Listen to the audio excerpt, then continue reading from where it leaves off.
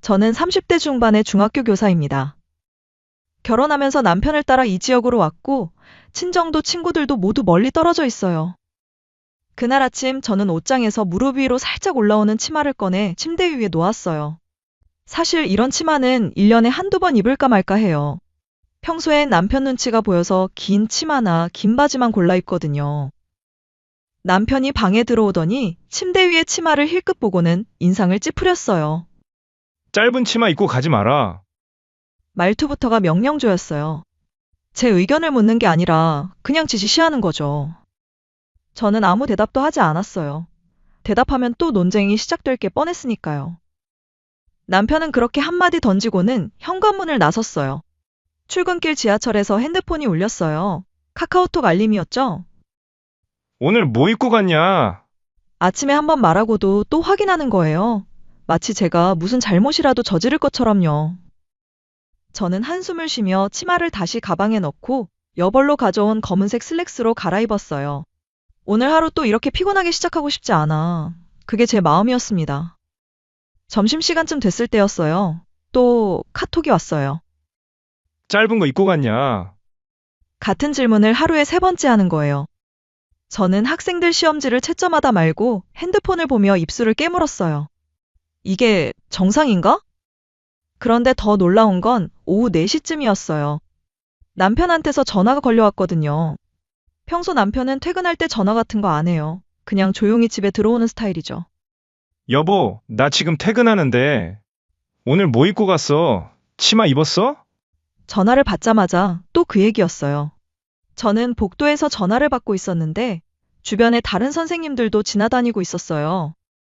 아니, 지금 일하는 중인데 나중에 얘기하자. 아니, 그냥 입었냐 안 입었냐만 대답하면 되잖아. 바지 입었어. 끊을게. 알았어. 근데 앞으로 짧은 거. 저는 전화를 끊어버렸어요. 더 이상 듣고 싶지 않았거든요. 퇴근하고 집에 돌아왔을 때는 저녁 7시쯤이었어요. 현관문을 열고 들어서는데 마침 운동복 차림의 남편이 밖에서 들어오고 있었어요. 헬스장 갔다 오는 길인가 봐요. 저는 손에 세탁소에 맡길 옷가방을 들고 있었어요. 남편 와이셔츠랑 제 코트 몇 벌이 들어있었죠. 어디가? 남편이 저를 보자마자 물었어요. 아직 현관 신발장 앞에 서 있는데 벌써 캐묻는 거예요. 세탁소 좀 다녀올게. 맡길 게 있어서. 나 지금 막 들어왔는데 잠깐만 기다렸다가 같이 가지. 아니, 금방 다녀올게. 바로 앞인데 뭐. 저는 신발을 신으려고 몸을 숙였어요. 그런데 갑자기 남편이 제 손목을 확 잡았어요. 오늘 뭐 입고 갔어? 또였어요. 또 그 질문이었어요. 아까 전화해서 얘기했잖아. 바지 입었다고. 진짜 거짓말 아니고? 남편은 제 손목을 잡은 채로 놓지 않았어요. 힘이 점점 세졌어요. 아파, 놓아줘. 대답 먼저 해. 바지 입었다니까? 왜 이래? 순간 남편이 제 팔을 확 끌어당겼어요. 저는 중심을 잃고 남편 쪽으로 비틀거렸고 손에 들고 있던 세탁물 가방이 바닥에 떨어졌어요. 미쳤어? 제 입에서 처음으로 그런 말이 튀어나왔어요. 결혼하고 5년 동안 한 번도 남편한테 그런 말 해본 적 없었는데. 남편은 잠시 멈칫했어요. 저도 제가 그런 말을 했다는 게 믿기지 않았어요. 미안. 내가 좀 그랬네. 남편이 손을 놓으며 중얼거렸어요. 하지만 사과 같지 않은 사과였어요. 목소리에 미안한 기색이 전혀 없었거든요. 저는 바닥에 떨어진 가방을 주워 들고 다시 신발을 신었어요. 어디 가는데? 세탁소 간다니까. 나도 갈게. 같이 가자. 혼자 갈 수 있어. 아니야. 나도 나갈 겸 같이 가자. 밥도 같이 먹고. 남편은 이미 신발을 신고 있었어요. 거부할 틈도 없이 현관문을 열고 먼저 나갔죠.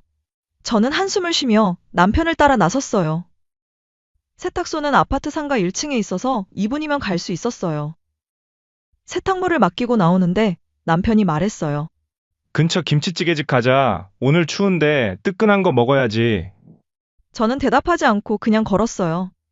남편과 나란히 어두운 상가길을 걷는데 마음속엔 불편함만 가득했어요.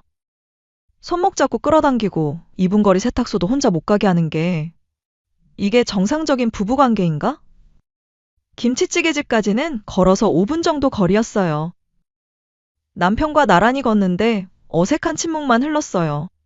가로등 불빛 아래로 우리 그림자가 길게 늘어져 있었죠. 참, 이번 주 토요일에 결혼식 간다며? 남편이 먼저 말을 꺼냈어요. 응, 학교 선생님 결혼식이야. 저는 현재 학교 친목회에서 총무를 맡고 있어요. 원래 하고 싶지 않았는데 작년에 다들 피하다 보니 제가 맡게 됐죠. 총무를 하다 보니 각종 경조사를 챙겨야 해요. 결혼식, 돌잔치, 장례식, 주말에도 이것저것 다녀야 하는 일이 많거든요. 또, 토요일에 나가네?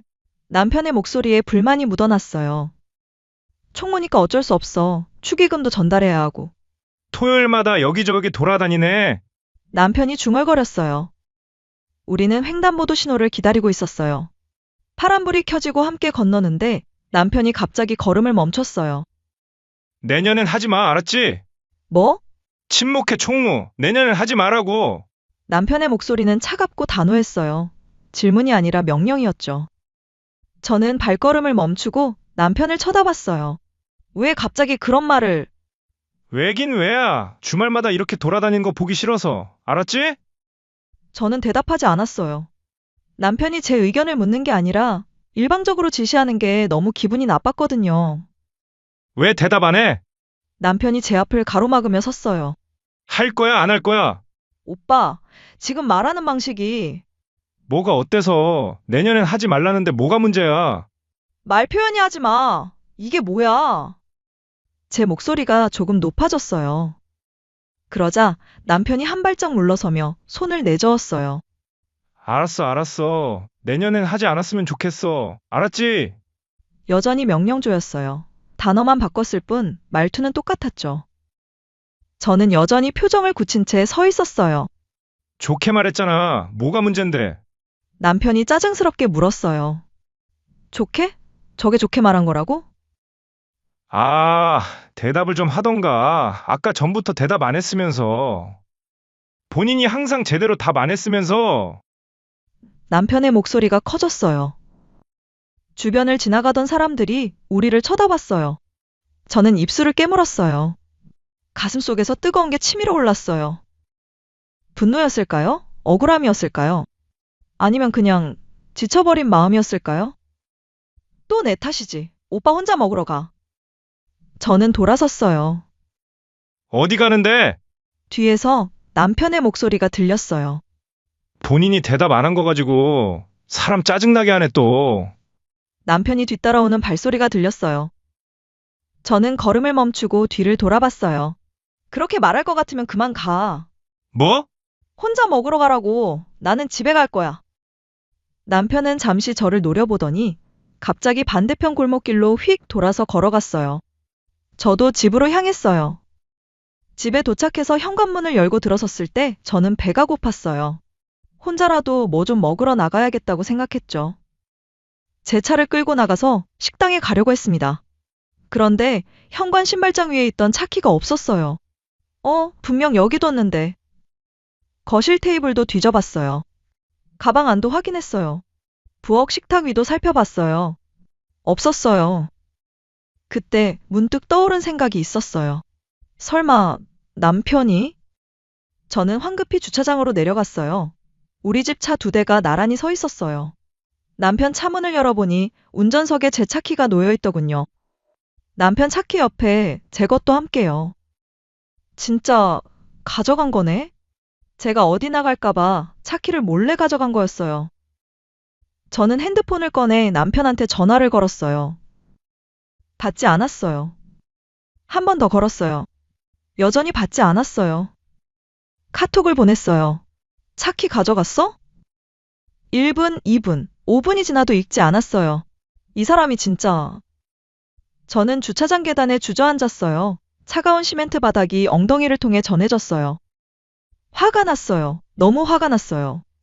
하지만 동시에 너무 지쳤어요. 이게 부부인가? 이렇게 사는 게 정상인가? 저는 그냥 엘리베이터를 타고 집으로 올라왔어요. 냉장고에서 우유를 꺼내 마시고 샤워를 했습니다. 그리고 거실 소파에 누웠어요. 침대에 가고 싶지 않았어요. 남편이 들어올 때 마주치기도 싫었고 같은 공간에 있기도 싫었어요. 소파에 담요를 덮고 눈을 감았는데 잠은 오지 않았어요. 시계를 보니 밤 9시였어요. 10시가 됐어요. 11시가 됐어요. 그때쯤 현관문이 열리는 소리가 들렸어요. 남편이 들어온 거예요. 발소리가 들렸어요. 부엌으로 가는 소리, 뭔가를 내려놓는 소리. 저는 눈을 감은 채 가만히 있었어요. 남편이 거실 쪽으로 왔어요. 제가 소파에 누워있는 걸 봤을 거예요. 하지만 아무 말도 하지 않았어요. 그리고 안방으로 들어가는 소리가 났어요. 저는 그대로 소파에서 밤을 보냈어요. 다음날 아침 출근 준비를 하려고 제 가방을 열었을 때였어요. 가방 안쪽 주머니에 제 차키가 들어있었어요. 남편이 조용히 넣어둔 거였어요. 사과의 말은 없었어요. 그냥 차키만 돌려준 거죠. 부엌 식탁 위를 보니 두유 박스 2개가 놓여 있었어요. 시댁에서 정기적으로 가져다주는 그 두유였어요. 어젯밤에 시댁 갔다 온 건가? 남편은 이미 출근한 뒤였어요. 그날 이후로 우리는 서로 말을 하지 않았어요. 남편은 안방에서 자고 저는 작은 방에서 잤어요. 각방을 쓰게 된 거죠. 아침에 일어나면 남편은 이미 출근한 뒤였고, 저녁에 퇴근해서 들어오면 남편은 방문을 닫고 있었어요. 밥도 따로 먹었어요. 저는 간단하게 편의점 도시락으로 때우고 남편은 뭘 먹는지 모르겠어요. 신경 쓰고 싶지도 않았고요. 집에 들어가는 게 싫었어요. 퇴근 시간이 다가올수록 마음이 무거웠어요. 집이 이렇게 불편한 공간이었나? 제 머릿속은 복잡했어요. 짧은 치마 입는 것 때문에 저렇게까지 단속하고, 친목회 총무하는 것도 밑도 끝도 없이 하지 말라고 명령하고, 싸우면 말도 안 하고 제 차키까지 가져가서 숨기고, 제 연락은 다 씹고, 숨이 막혔어요. 사실 남편 말에도 일리는 있어요. 짧은 치마? 안 입으면 돼요. 어차피 저도 자주 입는 것도 아니니까. 친목회 총무? 그만두면 돼요. 저도 솔직히 번거롭고 안 하고 싶었으니까. 하지만 문제는 남편이 말하는 방식이었어요. 정색하면서 명령하고 일방적으로 지시하는 그 태도. 제 의견은 묻지도 않고 자기 뜻만 강요하는 그 모습. 그러니까 제 감정이 올라오는 거예요. 대화 자체를 하고 싶지 않아지는 거죠. 저는 술도 못 마셔요. 한 모금만 마셔도 얼굴이 빨개질 정도예요. 회식도 몇 달에 한 번 있을까 말까 하고, 친구들도 친정도 다 멀리 있어서 제 생활은 일집의 반복이에요. 남편과 대부분의 시간을 보내죠. 남자 문제 같은 것도 당연히 없었어요. 그런데도 남편은 저를 믿지 못하는 것 같아요. 아니, 믿지 못한다기보다는 통제하고 싶어 하는 것 같아요. 그리고 남편이 아기를 너무 원해요. 제가 유산을 3번이나 했거든요. 내년에 제가 임신하면 집에서 푹 쉬었으면 좋겠다는 생각이 강한 거예요. 그래서 내년엔 친목회 임원 같은 거 맞지 말라고 한 거겠죠. 마음은 이해해요. 하지만 차키를 숨기고 가져간 건 진짜 선을 넘은 것 같았어요. 아직도 화가 나요. 그리고 더 큰 문제는 이번 주 토요일이에요. 시댁에 모임이 있거든요. 가서 또 아무렇지 않은 척 해야 해요. 시어머니, 시누이들 앞에서 웃으면서 밥 먹고 이야기하고, 생각만 해도 벌써 숨이 막혀요. 어디서부터 어떻게 풀어야 할지 모르겠어요. 이게 정상적인 부부싸움인가요? 다른 부부들도 이렇게 싸우나요? 저는 어떻게 해야 할까요?